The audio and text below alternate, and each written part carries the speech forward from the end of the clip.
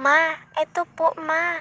Yan po ang sahod ko at eto ma, panggastos ninyo. Sige na po ma, punta muna ako sa company. Bye! The best ka talaga, Ira.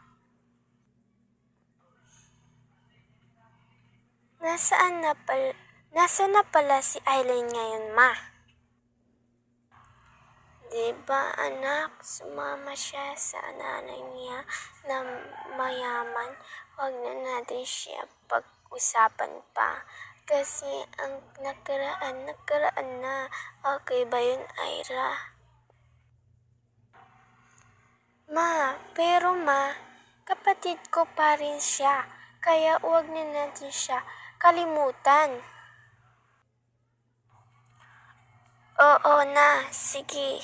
Si Hailey nagpakasal sa 35 years old dahil bankrupt ang pamilya nila. Ha ha ha ha, buti nga sa kanya.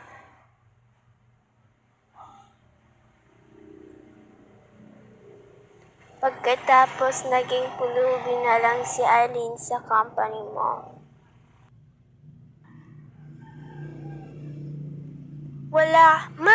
Wala kang hiya. Ma, wala ka rin hiya pala. Alam mo pala ang lahat? Ba't mo hindi sinabi sa akin?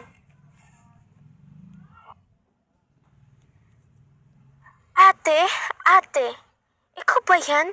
Dapat ako dyan sa pwesto mo. Kung hindi lang ako sumama sa nanay mo, sana naging ganyan na ako. Aileen. Bakit mo to nagawa sa akin? Kapag may susunod pa na buhay, hindi na kita aalagain. A few moments later. Finally, let's go guys. So guys, tapos na tayo guys. Proud na proud ako po sa sarili ko dahil natapos ko yun. Kahit mahirap. Sakit nun. So my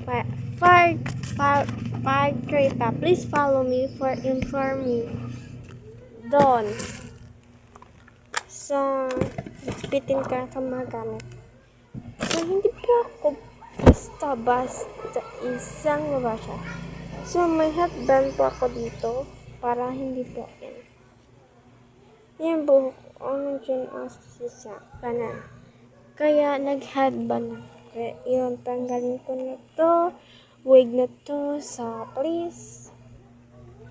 Like and subscribe kasi ang dami kong tinawang effort. Kasi hindi ka lang mag-support sa akin. Char. Pero, okay lang naman kung ayaw mo mag-like and subscribe. Lang. Or, ikaw ang magulang niya. Please like and subscribe kung hindi mamaya. Oo nga. Subscribe na!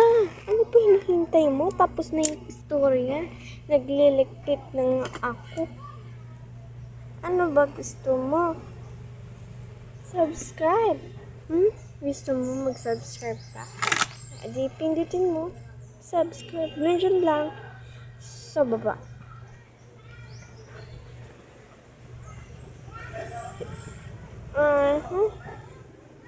Kung gusto nyo panoorin to ulit, download nyo lang.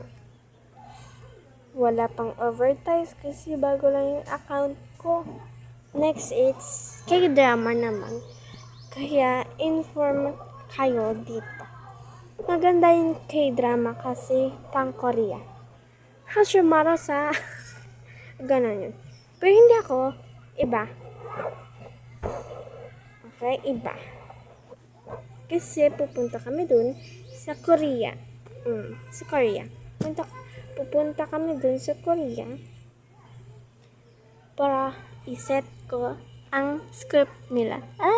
Para maging Filipino sila. Bye! Thank you for watching!